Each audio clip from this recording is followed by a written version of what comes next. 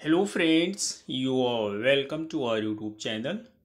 आज की इस वीडियो में हम कुछ इंपॉर्टेंट क्वेश्चंस को डिस्कस करेंगे जो कि विलियम वर्ड्सवर्थ की एक बहुत ही famous poem the world is too much से रिलेटेड होंगे। इस पोएम पे हमने पहले ही वीडियो बनाई है, उसको लाइन बाय लाइन डिटेल में एक्सप्लेन किया है।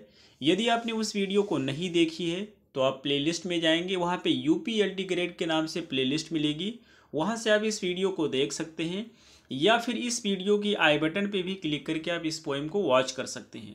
आज की इस वीडियो में हम कुछ इंपॉर्टेंट क्वेश्चंस को डिस्कस करेंगे जो कि इसी पोएम से रिलेटेड होंगे। तो चलिए हम शुरू करते हैं अपने आज की इस वीडियो को। हमारा फर्स्ट क्वेश्चन है the world is too much with अस। आपको बताना है कि जो पोएम है the world is too much with अस, इसे कब पब्लिश किया गया था। फर्स्ट है 1806, सेकंड है 1807, थर्ड है 1809, फोर्थ है none of this. Correct answer is B 1807। Next question is second, this sea that bares her bosom to the moon, this line is from which poem. आपको बताना है कि ये जो लाइन है ये बहुत ही फेमस लाइन है, इसे किस पोएम से लिया गया है। फर्स्ट है the world is too much with us, second daffodils, third है सोलिटरी रीपर और डी है none of this. Correct answer is first, the world is too much with us. Next question is third, this sea that bares her bosom to the moon. और आपको बताना है कि इसमें कौन से फिगर ऑफ स्पीच का प्रयोग किया गया है। फर्स्ट है सिमली, सेकंड है पर्सनिफिकेशन, थर्ड है मेटाफर, फोर्थ है हाइपरबोल। जैसा कि आप देख सकते हैं यहाँ पर हर का प्रयोग किया गया है। हर का प्रयोग हम किसी पर्सन के लिए करते हैं, जबकि यहाँ पर सी के लिए प्रयोग किया गया है जो कि एक नॉन लिविंग है और इसीलिए ये एग्जाम्पल हो जाएगा पर्सनिफिकेशन का। Next question is fourth, what is described as bearing her bosom to the moon. ये कहना चाहती है जो लाइन है her bosom to the moon, ये किसके लिए यूज की गई है। फर्स्ट है मून, सेकंड है सन, थर्ड है स्टार्स, फोर्थ है सी। करेक्ट आंसर इज डी, ये सी के लिए यूज की गई है। Next question is fifth, Wordsworth poem mostly deal with. William Wordsworth की जो पोएम होती है वो किस तरह की लाइफ से डील करती है, आपको बताना है। फर्स्ट है पॉलिटिक्स, सेकंड है सिटी लाइफ, थर्ड है humble and rustic life, fourth है revolution. Correct answer is C, humble and rustic life. ये जो अपनी पोएम्स होती हैं उसमें हम्बल और रस्टिक लाइफ को डिस्क्राइब करते हैं। Next question is sixth, the world is too much with us, which type of poem. आपको बताना है कि ये जो पोएम है ये किस प्रकार की पोएम है। फर्स्ट है पेट्रार्कन सोनेट, सेकंड है इटालियन सोनेट, थर्ड है both A and B, fourth है Shakespearean sonnet. Correct answer is C, ये जो पोएम है ये एक पेट्रार्कन सोनेट है और जो पेट्रार्कन सोनेट होता है उसी को हम इटालियन सोनेट के नाम से भी जानते हैं, इसलिए आपका सही आंसर सी होगा। Next question is seventh, little we see in dash that is ours. आपको फिल करना है कि यहाँ पे क्या आएगा, तो यहाँ पे आएगा नेचर। पोएट कहना चाहता है कि ये जो वर्ल्ड होता है यानी कि जो नेचर होता है इसको हम लोग बहुत ही कम आंकते हैं, जबकि ये मेरा है, ये हम ही लोगों का है, लेकिन हम लोग इसको बहुत ही कम आंकते हैं। तो यहाँ पे डी फिल किया जाएगा। Next question is eighth, we have our hearts away a sordid boon. Poet कहता है कि हम लोगों ने अपने दिलों को बेच दिया है और ये बहुत ही दुख की बात है। आपको बताना है कि यहाँ पे फिल किया जाएगा, क्या आएगा। तो फर्स्ट है सोल्ड, सेकंड है थ्रोन, थर्ड है गिवन, फोर्थ है deceived. Correct answer is C, given का प्रयोग करेंगे। ये पोएम की एग्जैक्ट लाइन है। यहाँ पे एक वर्ड यूज किया गया है सॉर्डेड बून। सॉर्डेड बून जो है एक दूसरे के अपोजिट वर्ड हैं, साइड बाय साइड यूज किए गए हैं, तो यहाँ पे यूज किया गया है ऑक्सीमोरॉन फिगर ऑफ स्पीच का।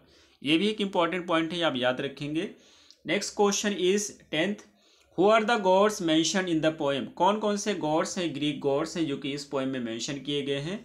फर्स्ट है प्रोथियस एंड हेस्टिया, सेकंड है इरोज एंड एथेना, थर्ड है प्रोटियस एंड ट्रिटोन्स और डी है Cronos and Diane. Correct answer इसका सी होता है, प्रोटियस एंड ट्रिटोन्स इस पोएम में मेंशन किए गए हैं जो कि ग्रीक गॉड हैं। Next question is 11th, who wrote the world is too much with अस। ये जो पोएम है ये किसके द्वारा लिखी गई है। फर्स्ट है वर्ड्सवर्थ, सेकंड है शेले, थर्ड है जॉन कीट्स, फोर्थ है William Faulkner. Correct answer is first, William Wordsworth. Next question is 12, why is the speaker dissatisfied with the way that human beings have been living their life. ये कहना चाहते हैं कि जो poet होता है क्यों डिससेटिस्फाइड है, क्यों असंतुष्ट है लोगों के तरीके से, जिस तरह से वो अपने लाइफ को जी रहे हैं, उससे वे क्यों खुश नहीं है। First he feels that people are content with the way that they have been blissfully and ignorantly living their lives which disappoints him. Point ये कहना चाहते हैं कि वो लोग कंटेंट है यानी कि सेटिस्फाइड है अपने रहने के तरीके से, और वो नेचर को इग्नोर कर रहे हैं, नेचर की तरफ बिल्कुल भी ध्यान नहीं दे रहे हैं, जो कि ये जो चीज़ है नेचर को ध्यान नहीं देते हैं। ये बात पोएट को डिसअपॉइंट करती है, मायूस करती है, और यही इसका सही आंसर है first. Next question is 13th। What is the central purpose of this poem. ये जो पोएम है इसका मेन पर्पस क्या है। फर्स्ट है to incite ideas that would allow people to inspire a generation build upon supporting and being one with nature. Second, to let people know that the speaker has hope for a better future. Third है to convey the fear that humans have the potential to fall behind the grace, beauty and effortlessness of nature. Third है to link the relationship that nature has with eventual degradation of human kind. तो इसका सही answer होगा D. इसमें क्या कहना चाहते हैं, वो एक रिलेशनशिप को लिंक करना चाहते हैं नेचर के साथ, जो कि मानव की तरफ से वो रिलेशनशिप दूर होता जा रहा है या नेचर से दूर होते जा रहे हैं, उसको लिंक करना चाहते हैं। So D is the right answer. Next question is 14। What does the story focus on. ये जो पोएम की स्टोरी है किस चीज़ पे फोकस करती है। फर्स्ट है taking life for granted. Second है the wind always howling. Third है गिविंग और हार्ट्स अवे, और डी है the sea and her bosom. Correct answer इसका फर्स्ट होगा taking life for granted. Next question is 15। What does the poem compare the wind. ये कहना चाहते हैं जो पोएम है इस पोएम में विंड को किससे कंपेयर किया गया है। फर्स्ट है स्क्रीमिंग रोर्स, सेकंड है रेन, थर्ड है स्लीपिंग फ्लावर्स, फोर्थ है बर्ड्स सिंगिंग। करेक्ट आंसर इसका सी होता है, स्लीपिंग फ्लावर्स से विंड को कंपेयर किया गया है। Next question is 16th। What line does the speaker suggest that we are concerned with materials। ये कहना चाहते हैं जो पोएम है इसमें पोएट कहना चाहते हैं कि जो लोग हैं वो मटेरियलिस्टिक वर्ड यानी भौतिक संसार में बहुत ज़्यादा मुलविस हो गए हैं, उसमें बहुत ज़्यादा बिजी हो गए हैं। और इस लाइन से, इस क्वेश्चन से ये कहना चाहते हैं किस लाइन से हमें पता चलता है कि लोग भौतिक संसार में बहुत ज़्यादा व्यस्त हो गए हैं। तो पोएम की कौन सी लाइन है जो इस बात को इंडिकेट करती है। फर्स्ट है the world is too much with us late and soon, late and soon. Second है we have given our hearts away a sordid boon. Third है little we see in nature that is ours, और D है getting and spending will lay waste our powers। Correct answer D होगा। Poet ये कहना चाहता है कि getting यानी कि प्राप्त करने में, स्पेंडिंग को खर्च करने में, यानी कि कमाने और खर्च करने में हम लोग अपनी पावर को, अपनी कुव्वत को, अपनी शक्ति को बर्बाद कर देते हैं, नष्ट कर देते हैं। और इसी से पता चलता है कि वो लोग मटेरियलिस्टिक वर्ल्ड में बहुत ज़्यादा मुलविस हो गए हैं या इन्वॉल्व हो गए हैं। Next question is 17th। What does the sea give to the moon. ये कहना चाहते हैं जो सी है वो मून को क्या देती है। फर्स्ट है हर लाइट, सेकंड है हर पीस, थर्ड है हर बोजम, फोर्थ है हर वाटर। करेक्ट आंसर सी होता है हर बोजम, और हर बोजम सी ये कहना चाहते हैं कि वो उसकी लाइट को रिफ्लेक्ट करती है। Next question is 18th। According to the speaker we are out of. Speaker के अनुसार हम लोग क्या हो गए हैं, किस चीज़ से बाहर हैं। Time, tune, food, money. सही आंसर ट्यून हो गया है। तो पोएट कहना चाहते हैं कि हम लोग बेसुरे हो गए हैं, यानी कि नेचर की जो आवाज़ है उसको हम लोग नहीं सुन रहे हैं, उसके साथ हमारा कोई भी तालमेल नहीं है। Next question is 19th। What is the theme of the poem. इस पोएम की थीम क्या है आपको बताना है। फर्स्ट है giving up nature for materialistic things and how it has changed people. Second industrial revolution. Third है लव फॉर नेचर। फोर्थ है none of the above. Correct answer first होगा। इसकी थीम है कि लोग नेचर को छोड़ रहे हैं भौतिक थिंग्स के लिए, और इस तरह से इस चीज़ ने लोगों को बदल दिया है, उनके लाइफ स्टाइल को चेंज कर दिया है। So A is the right answer. Next question is 20th। What is the rhyme scheme of this poem. आपको बताना है कि इस पोएम की राइम स्कीम क्या है।